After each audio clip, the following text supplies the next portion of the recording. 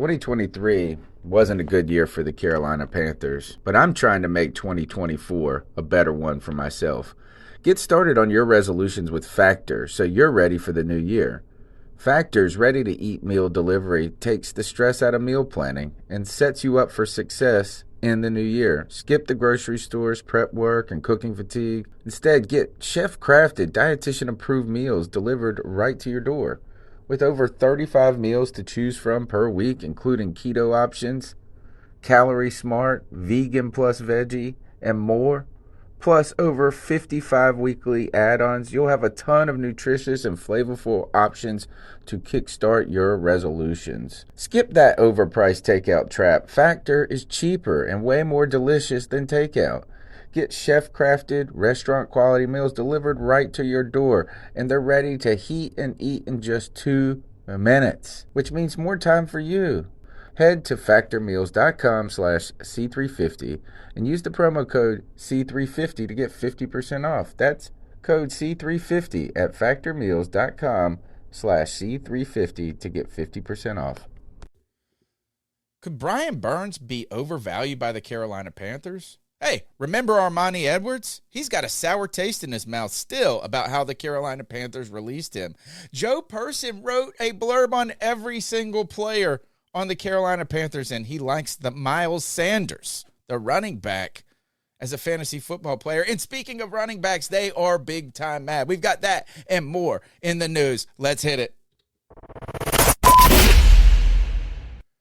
Let's start with the good story. Muhsin Muhammad recently inducted into the Panthers Hall of Honor. Go to Carolina Panthers Twitter. You can find this great 2-minute video, 2.5-minute video of Muhammad reflecting upon his time in Carolina and the meaning of his career. Great stories about that 2003 football team when it comes to that epic record-setting touchdown catch, 85 yards from Delhomme to Muhammad over on a double move over Ty Law. You got him shushing the crowd, letting everybody know that the Panthers are legit when they went to Philadelphia. And a great story about superstition and his kids painting his cleats in the 2004 season when he had his best career year the following year. Go to Panthers Twitter, check this video out. It's a must watch. Now let's talk about this wild story. Jeff Kerr from CBS Sports did the most literal possible thing, and he said, hey, what teams overvalue a player? And what he meant by that is not what you would think. And that is, he literally is talking about the most literally talking about the most literal definition of too much value, overvaluing. And the fact is that they just depend on Brian Burns too much. That was the focus of this article. You can find that on Panthers Wire. Interesting news here. The Carolina Panthers have made an offer to Brian Burns, but he is being patient, waiting for the other defensive ends to sign their deal. A rising tide lifts all boats, and in this case, resets the market. Brian Burns getting big time paid, and it's not going to be overvalued. It's going to be the value that the market dictates. Do you remember Armanti Edwards, Appalachian State standout? You might remember him saying, doing a commercial on how to be careful swimming when he was in college.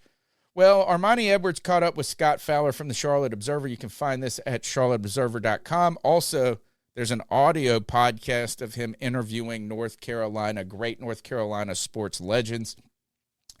And he's still got a sour taste in his mouth about how in his, I believe it was his third year as a player, when he was starting to think that he was actually getting the hang of it, that his aunt died. He was struggling with an injury. They were installing plays specifically for him.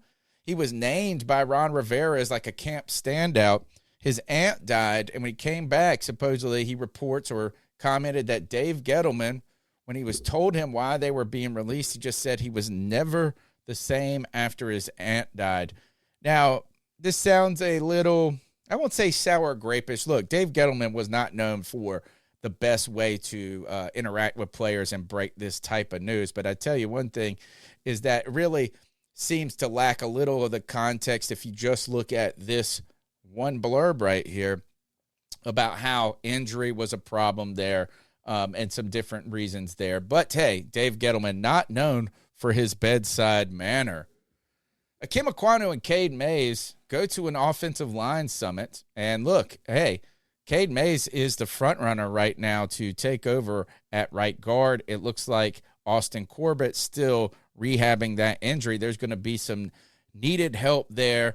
Akim Ekwonu and Cade Mays going and hanging out with the legends and learning about their craft. This year's event brought more than 275 offensive linemen together and featured words from Hall of Famers like Bruce Matthews, Steve Hutchinson, Will Shields, and along with Andrew Whitworth, Robbie Tobick, Richie Incognito. I hope he didn't bully these young kids there. It's all about sharing notes, sharing knowledge about each other, sharing stuff about the game mindset, Ekwonu said, telling stories and just enjoying the presence of being with guys that you think you like. You can find more about this on Panthers.com.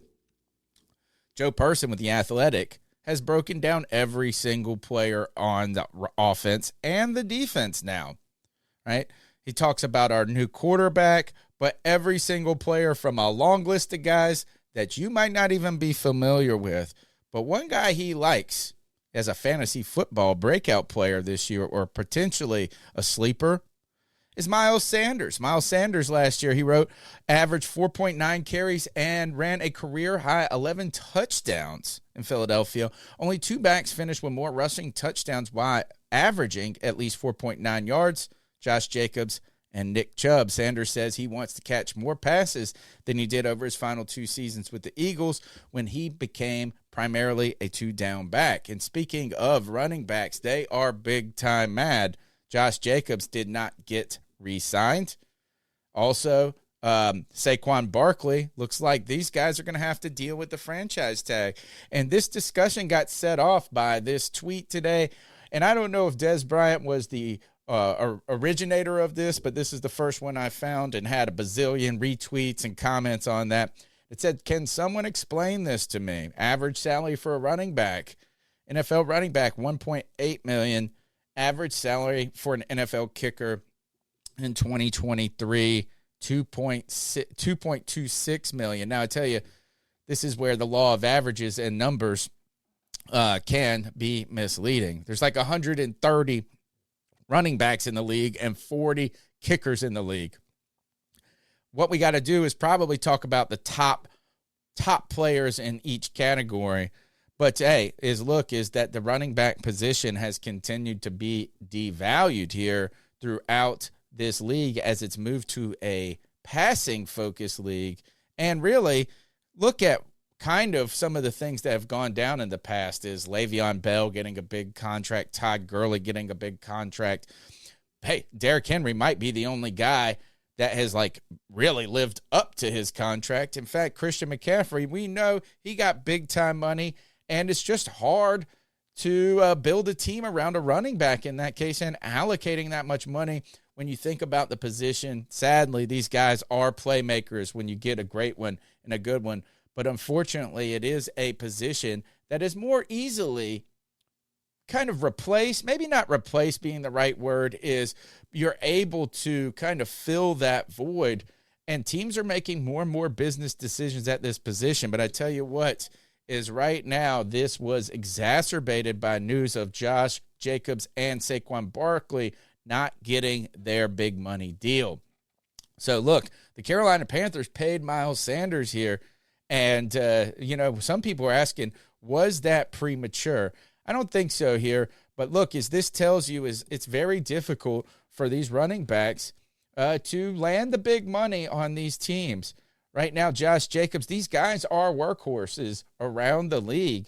But at the same time, if you look at these teams, Josh Jacobs with the Raiders, Saquon Barkley with the Giants, these teams haven't had much great success when they've had a great running back. Think of the Tennessee Titans and Derrick Henry. Now, they might be the outlier. Their problem is just getting over the hump. Carolina Panthers and Christian McCaffrey, right? How much should you allocate to the running back position?